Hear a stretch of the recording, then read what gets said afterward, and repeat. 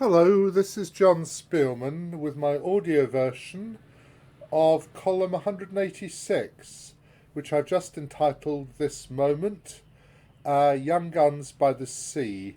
I'm doing this on Friday because I'm going to the Foreign for the weekend, so I need to get this done before I go, and I hope that you like it. I suppose I'm going to end up faffing a little bit while I get these diagrams, make sure all these diagrams are okay. Actually, it doesn't really get sent in this way anyway. It gets sent as a little text intro and then the PGN. So, what I said was, as Wijk gets underway, and it'll be a little bit more underway, it isn't underway yet as I write, but it will be by the time you read this.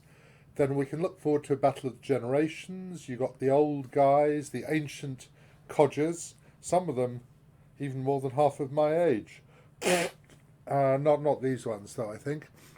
Carlson Dinglieren and Fabiana Caruana. I mean, Aronian must be more than half my age, I presume. And actually, yeah, I mean, then there are 5 teenagers, it prompted me to think about using the dreaded U word, the one that our politicians always use to explain why everything doesn't work, and it's nothing to do with them. To have a tiny, tiny rant. And so there's Gukesh, who won't be 17 till June, Ramesh Babu Pragnananda, who's 17, Nordirbek Abdisaturov, and Vincent Kamer, both 18, and 19-year-old, an ancient, sage, Arjun Erigaisi. And this would indeed have been completely impossible until a few years ago. And didn't they all used to play in the B group, these young Uber Sprogs? So I had a glance at the January rating list, the junior bit, and Ali Reja is still a junior, for God's sake. And all these guys are in there, and also Hans Mocker Niemann, and the controversial I said, and there are so 5 of them are over 2,700, these bods under 20. And so I thought that before Wijk I'd have a look at some of the teenagers there, and I didn't think I could do all of them, so I've done games by the Indian assassins, the young guns. This is my list, actually. That was my call list, my list of videos, and it's in column 186. So there we are. So I've got 3 games. I've got 1 by each of them, and I've got sort of introductions, well, precisely introductions rather than sort of, to the games and the games themselves. So this is from the Olympiad. Gukesh was the player of the Olympiad. Though David Howell actually got a higher performance rating, but on board 3, I think. And yeah, here we go. This is against Armenia. Really great game against Sargsyan. And he played, they take and they go there, rather than taking, and this way you've opened a G file, which is obviously a lot of fun. I mean, how well it really works, who knows, but it's, and basically the engines say this is quite playable for black, but it's dangerous. White has got a very obvious plan, which is to plonk some rooks in the G file, aim at G7, and then splat black in some way or another. Originally I thought this was a bad move, but I think it's okay according to the said glorious engine. And he F6, Rook G3, King H8 is apparently okay. That wasn't obvious to me, but nothing's very obvious to me in this position. I can believe it's true, but it's not something that I could easily tell without just finding out. Okay, it's true. The Lord says it's true, so it probably is. He got this move in. Rook G5, Bishop A6. Apparently G6, H4 is still only equal. That's very far from obvious to me. And now you mustn't take and double, because then black goes to play Rook G6. So you double first, and then you take, and your man played f5, which actually threatens queen c4 followed by Ragnarok. And bishop a7 was played. Black should try rook c6 apparently. King b1, rook d8. And this looks very, very scary. But actually, apparently it isn't that scary. I mean, again, this is a difficult position where you just have to analyse it rather carefully to have any idea what was going on.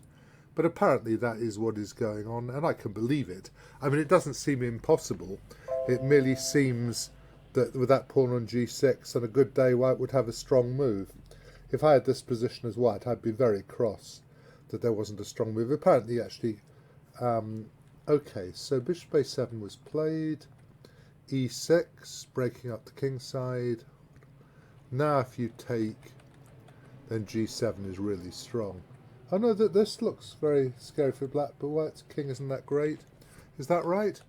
Apparently this is also playable. I'd have thought this would have been a catastrophe, but apparently not.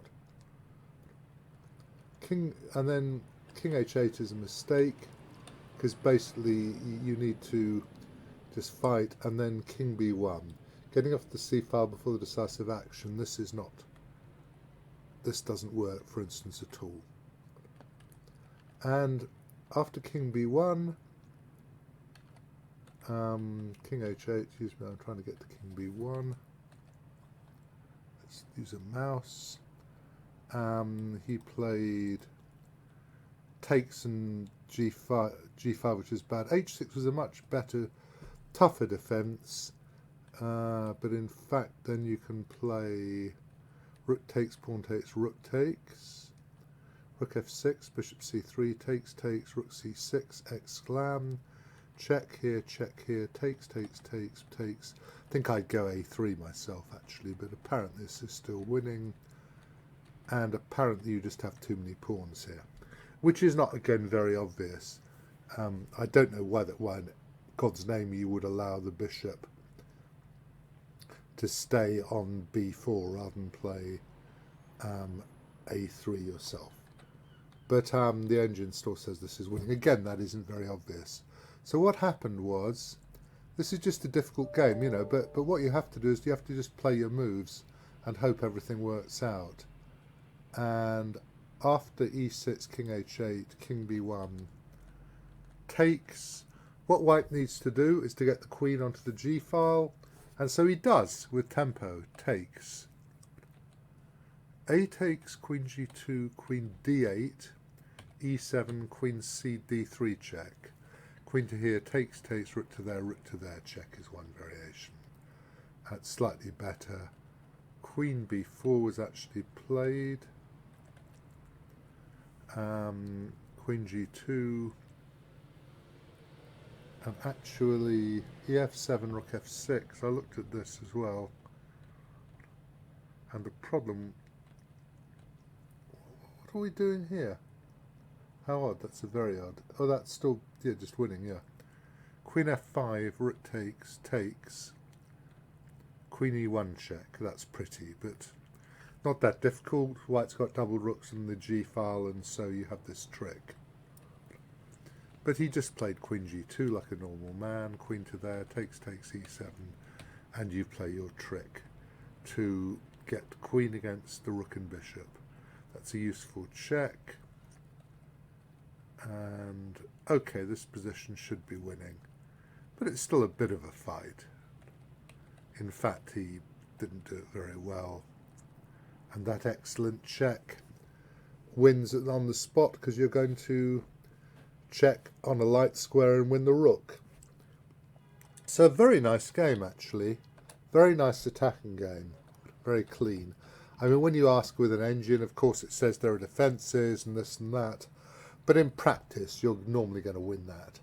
And Gukesh did what he had to.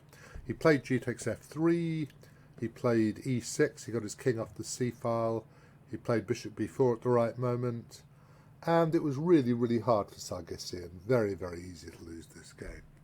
Next one is Pranananda against Cornet. I said that he tends to be quite a positional player. I found a lot of long games. I was looking for wins against sort of people rated over 26.75, as I think he was by then. And I found lots of games, but basically they were mostly 60 or 70 or 80 moves. This is a nice splat. So I said that bishop d2 used to be thought to be a bit wimbly. I could have said wimpy or any rude word meaning a bit feeble. But nowadays it's thought of as a very playable move. They played their moves. Knight g5, you can't play h6 because bishop h7 check, king h8, knight f7 mate. So you have to play g6 here, h4, bishop g7, castles queenside. And here, I don't know if even if castles queenside is correct, whether it's better or worse to play h5. I'll just ask its majesty for a second. Shall I bother? I won't bother really. No, it doesn't matter, does it? And here, here you should play bishop a6 and you get a sort of decent position. It's not too bad.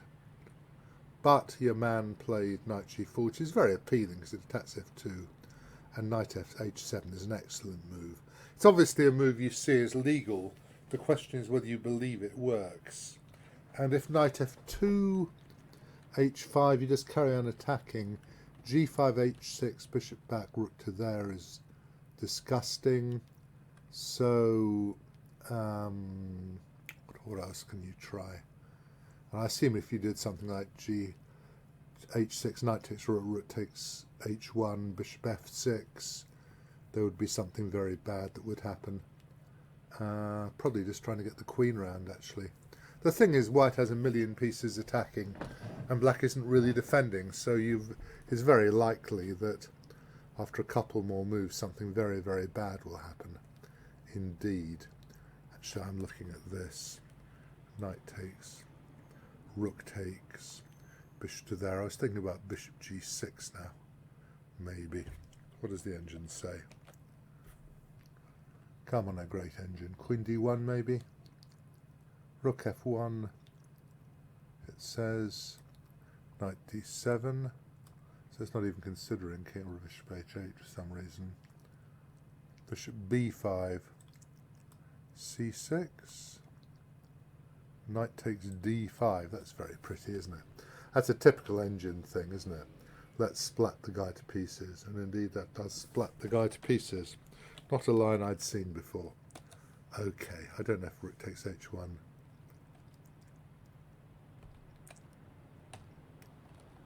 Probably there are other ways. Bishop g6 was quite appealing to me as well.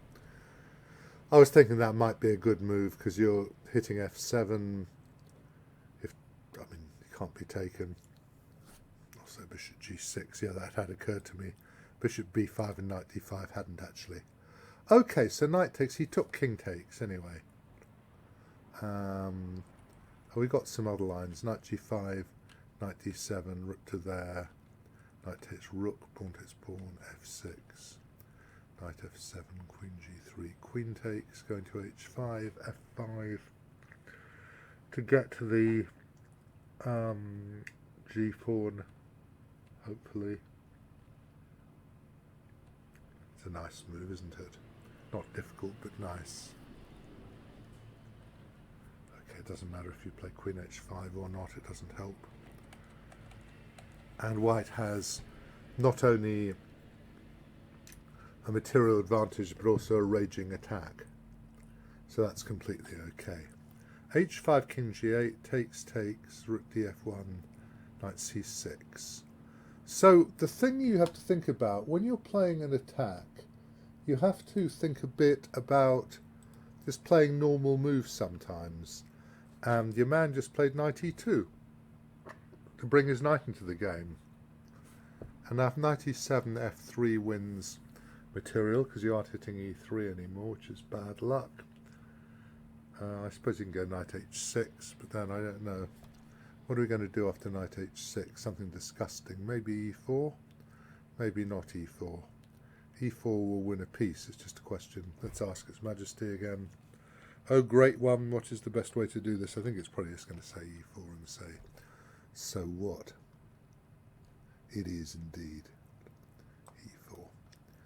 e4. Okay. And knight a5, knight g3, c5, knight f5, rook c8. Rook h7.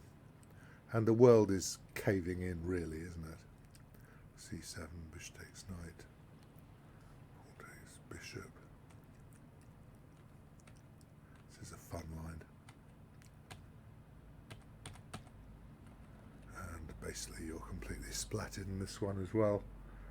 There are lots of ways you can be splatted. I mean, rook e7, there must be knight e6, must be one very good move. After which you win the exchange. I don't know if there's a better way to do it. Knight f5 isn't so clear to me, actually. Maybe it is. Knight f5, rook takes rook. Actually, rook, yeah, rook e7. Sorry. No. So if rook e7, oh god, you haven't even got that there yet. Let's just go here. Rook takes rook and just take back with the rook takes. And you've got knight e7 check and g7 check, so that's good enough. There are lots of nice lines, and they all basically end in checkmate very soon. So what happened was White just put his pieces in good squares. Kept on putting his pieces in good squares.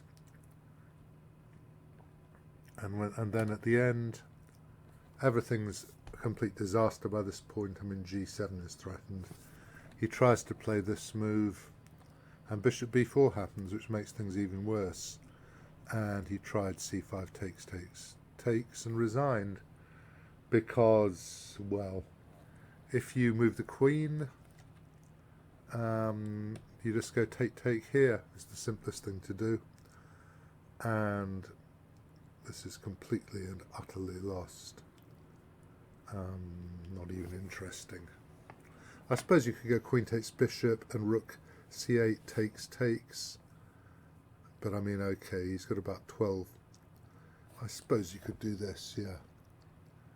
Takes. No, takes is bishop e6 mate, isn't it? That's bad luck. So, yeah, this is queen takes bishop.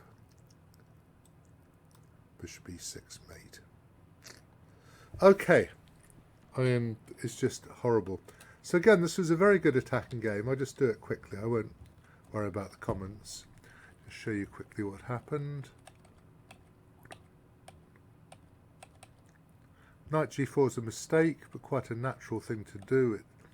You have to be very confident to give up. Well, this position's okay. I've been more worried about the knight f2 one, because here you've got 2 pawns for the piece and a raging attack. I don't know if c5 might have been a little bit better. c5 might have been a bit better. Does it want to do just rook h5? Just get the pieces out, basically. That's to attack d5, isn't it? f5, yeah, okay.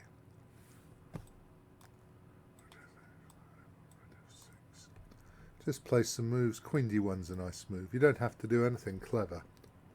The thing is, when you're playing a big attack, it's often best just to play proper chess moves and not to worry about being too clever. And this is just a very bad position. I'm going to put plus minus. I mean, I know. Okay. So let's go back. Knight c6. I love knight e2. So calm. And, you know, he's not doing anything special. He's just developing his pieces. So, really nice game. Third one is a bit messier, actually. This is Agony, and I picked out a game when he beat Levon Aronian. I said Agony, I think he's a bit less orthodox than the other two guys. He's prepared to go d4, d5, bishop f4 a certain amount, or d4, knight f6, knight c3, d5, bishop f4. And, you know, this is sort of Jobava territory, or sometimes Magnus Carlsen. It's the sort of stuff that English players used to do sometimes, and Mark Hebden does sometimes. Maybe we're not in that position, actually, probably. And though Mark is quite an orthodox player. But anyway, we'll look at this game. So Aronian had played 3 games as white against this and won them all, but he changed sides because he had analysed it and decided he thought it was playable for black. This is what you do. Now you'd like to go back to g3, but the problem is that then after this, bishop here check and queen e4 is mate. So you have to be able to have the bishop going back to f4, where it's slightly more vulnerable to be hit in some position, maybe. Check. 92 take. Well, I said my sympathies are all with black in this position. I think you've got these beautiful pawns. You've got a nice central square in d5, but of course your king is a bit loose. And okay, I think Arigati, I don't think he was surprised because he played some pretty good moves. Maybe he was. I thought he might not have expected Aronian to do this, I suppose. So they played some moves.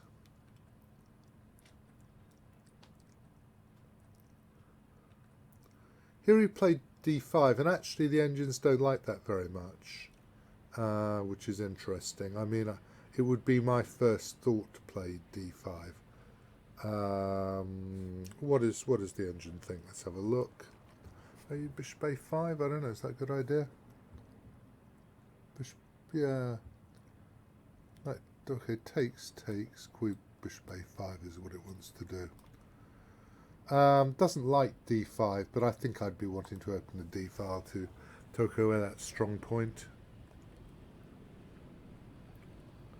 And here, black's best move is queen a6, bishop b4, king c6, exclam. And the point of that is to prepare to play queen b6. It reminds me a bit of Petrosin's move against Garry Kasparov. I've given it here before. It's a position where Kasparov was attacking with all guns blazing, thought he was about to knock Petrosin over. In time trouble, Petrosin played king c6, changing all the geometry because the king was now in a different square, and Kasparov collapsed. It was just too much for him. He must have been snorting, I don't know, not blood, but hello, pussycat. I've got my pussycat here. You may see my pussycat. There we are. This is Miss Ginny. So Miss Ginny has sat on my lap and will probably try to get on the desk at some point. Anyway, that apparently was the best way to play, and they had a big fight now. These came off. f4 is probably not a great move according to the engine. And actually at this stage, I think round about here, king c5 and b4 is very good. But it's always a bit difficult to do things like this. I mean, clearly, anything could happen. Actually, this is still quite good for black. Bishop g4. c3 takes, bishop to there, b4, bishop h6, knight c5 is given as good for black. Okay, I'll put an equals. Though, again, this is really hard to tell. You'd have to be playing the game and you'd be terrified. Round about here, b4 apparently is very good for black. There's this horrific variation. And at this stage, well, white's lost, I think, because you can stop the kingside pawns with one knight and then start to infiltrate, and it's all too much. But I mean, this is not, even this isn't very obvious. What happened was this one. Knight f4 check.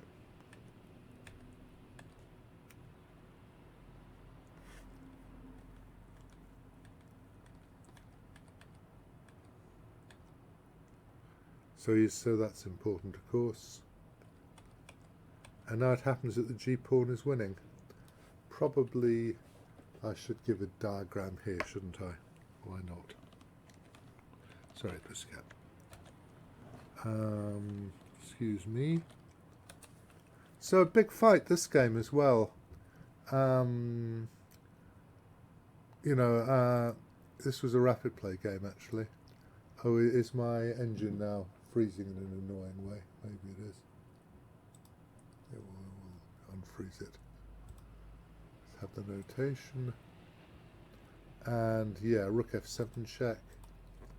Exclam, obviously the only move. It just happens that at this stage the pawn is winning. Slam.